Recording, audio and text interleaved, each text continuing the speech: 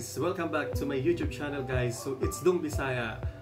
Guys, ito yung pag-aaralan natin ngayon, yung regarding po ito sa safety precaution. Wow, safety precaution, no? Safety protocols ng government natin po, no? So we have to follow the protocols and make sure na nami-maintain natin ito kung saan man tayo magpunta. So guys, please watch the video. Hi guys, welcome back to my YouTube channel guys. I'm Dong Bisaya. So kayo, i-unbox natin yung mystery box na. Mystery box na naman ang in-order ko sa Lazada. So tingnan natin. So yung mystery box na sinasabi nila is 99 pesos. So let's check natin kung maganda ba siya. Maganda. Check natin siya guys.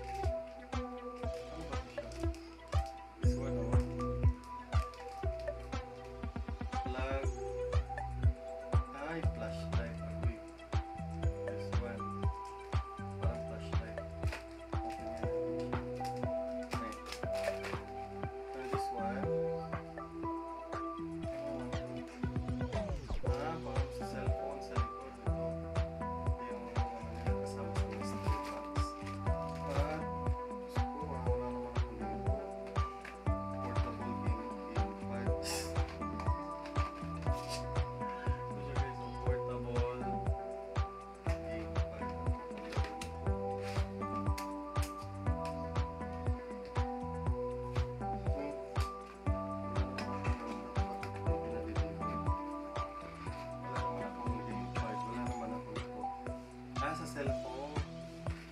I see. 99. Lazada 99. Worth it ba ito?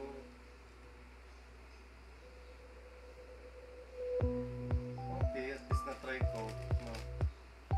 At least na-try ko. So, nasa sa akin na yun.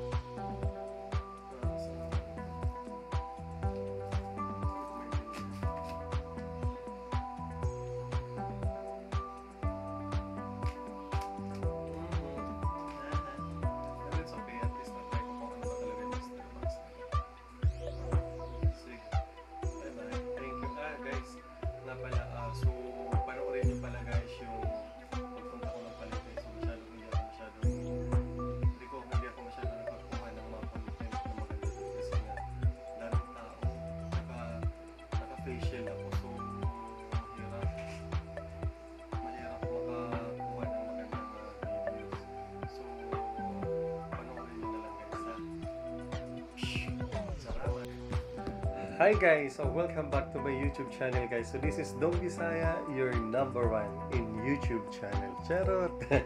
Joke lang. Okay guys, so before anything else, I'm Dong Bisaya. Please subscribe my YouTube channel and click the button to update all my videos na ina-upload ko.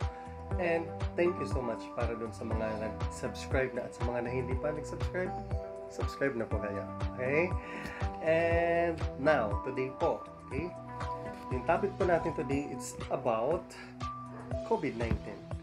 COVID-19 kung paano natin siya, paano tayo magiging safe para sa kanya. Okay?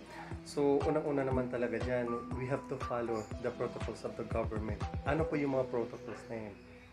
Unang-una, magsuot ng face mask. is very important. Magsuot ng face mask, yung very important. At saka yung isusuot na face mask is just to make sure na ito ay medical approved. Okay? At ito, kung ito man ay reusable, make sure na maganda yung pagkakagawa niya. And lalo na pag sinusuot mo siya. Kasi minsan, nandito sa ilalim yung hangganan kasi nahirapan daw. Huwag, tigisin natin. Tigisin. Isa naman, anong gusto mo? Guys, madali kang makahinga, hindi ka nahihirapan, pero mahawaan ka naman ng COVID. Mas mahihirapan kang huminga. Di ba? Alam nyo, hindi ko alam ha. And also guys, so ngayon, ang bago naman yung sabi ng government, no? So, ano na siya sa batas ata. I'm not, hindi pa ako sure talaga. So, yung pagsusuot naman ng face shield. So, kailangan daw magsuot na ng face shield. So, this is also very important. Mas malaking tulong din siya. Okay? So, magkaroon tayo ng face shield. Ayan, like ganyan. Okay? So, aside sa face shield, dapat meron kang face mask. Pangalawa, always magbaon ng alcohol. Once na humawa ka, saan ka pumunta? For example, humawa ka ng bakal, pintuan ng tindahan, supermarket, o kung ano man, spray. Huwag naman siyempre, yung sakto lang din, ha? Sakto lang din. Tapos, after dyan, maghugas ng kamay, kung ano man, wala kang alcohol na dala. And, the very important, dapat sumunod sa protocol. Ano yung mga protocol? 1 meter distance or 2 meter distance from apart sa isang tao. Okay? Pangalawa naman guys, next pala is dapat huwag kang babahin sa harap ng tao. Diba? So you have cover or punta ka sa isang place na walang tao doon. Diba? Siyempre ngayon, isang ubon mo lang. Oh. Diba? Yung iba takot na. Minsan pa nga yung iba ginawa pa sa TikTok, di ba? So, yun yung mga pangyayari sa reality natin, guys. Okay po. And thank you so much pala dun ha sa nag-comment sa akin na sabi daw kung hanggat maaari iwasan daw yung paggamit ng soap. So guys, so tama nga naman kasi pinanood yung mga videos ko. So nagsusumamo, di ba? Yun, so maging aware po tayo doon guys ha. And kumain ng mga masusustansyang pagkain. Ano yung mga masusustansyang pagkain guys?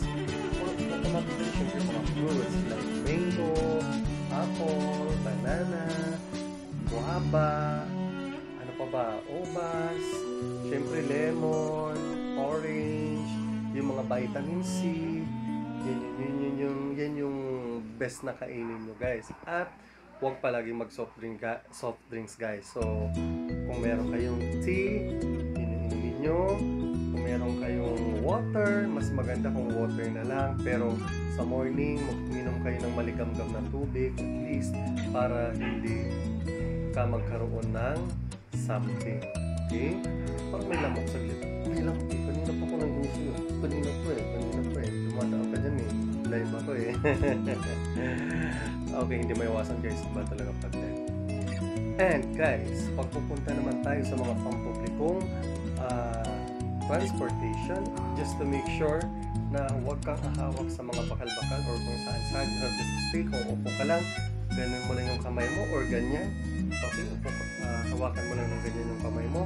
And wag, kung dati nakasanayan natin nakaganon ka, nakasabit ka, nakaganyan ka, kung maaari ganun na lang.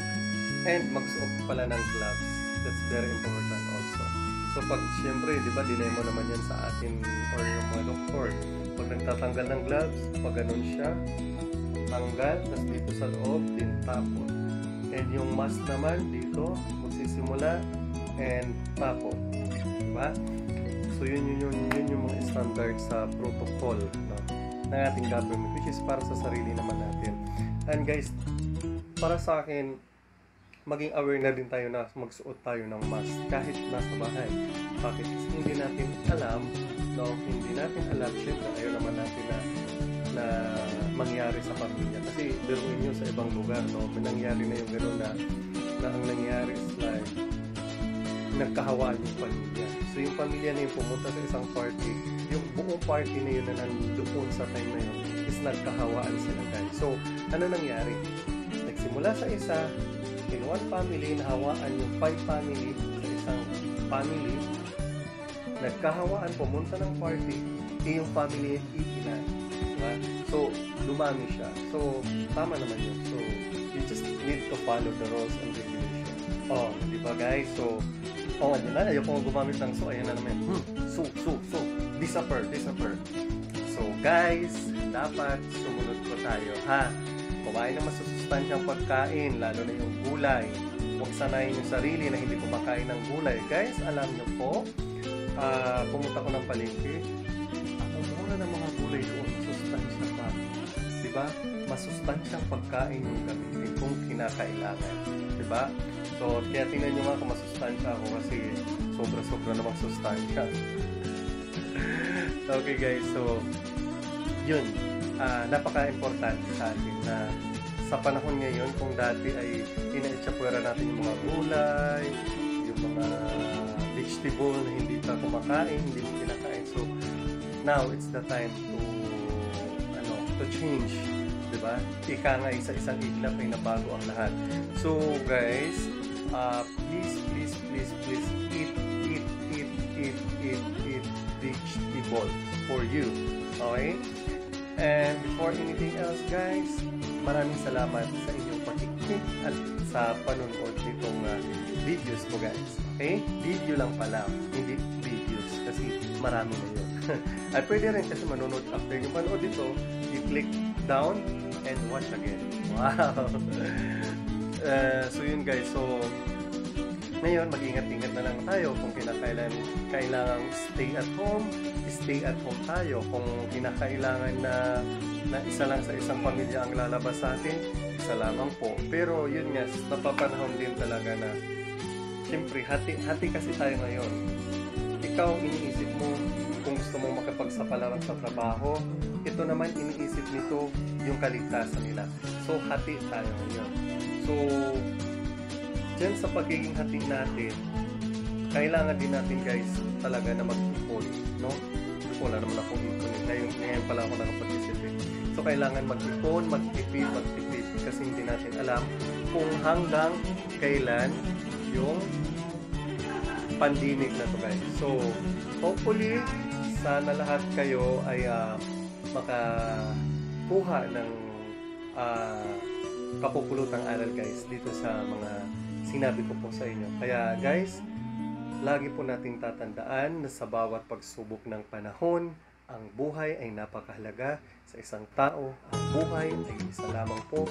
Ang buhay ay ibinigay ng ating may kapal na ingatan at gumawa ng kabutihan dito sa mundong ibabaw. Na ang buhay ay ang sentro ng ating pamilya, na kung saan ang padre ay padre di pamilya at ang ilaw ng tahanan ay magbigay ng magandang bukas para kinabukasan para sa kanilang mga anak. At ang mga anak, pahalakihin natin ng maayos na sumusunod sa atin, na alam nila kung ano yung tama at mali at may takot sa Diyos. Ang napakahalaga din po ay dapat linangin ang kaisipan, lawakan ang pag-iisip at laging tatandaan. Ikaw, ako, sino pa man sa buong bansa o sa buong mundo natin ay isa ang hangarin na sana ay matapos na ang COVID-19 sa lalong madaling panahon. Ngunit tayo man ay nasa new normal, tayo ay sumunod at huwag maging matigas ang ulo. Lahat ng yan ay may solusyon, lahat ng yan ay may hangganan. Sumunod hanggat kaya natin, hanggat nasa tama, hanggat tayo ay hindi pinababayaan ng gobyerno. Sumunod tayo. Guys, saludo ako sa inyo.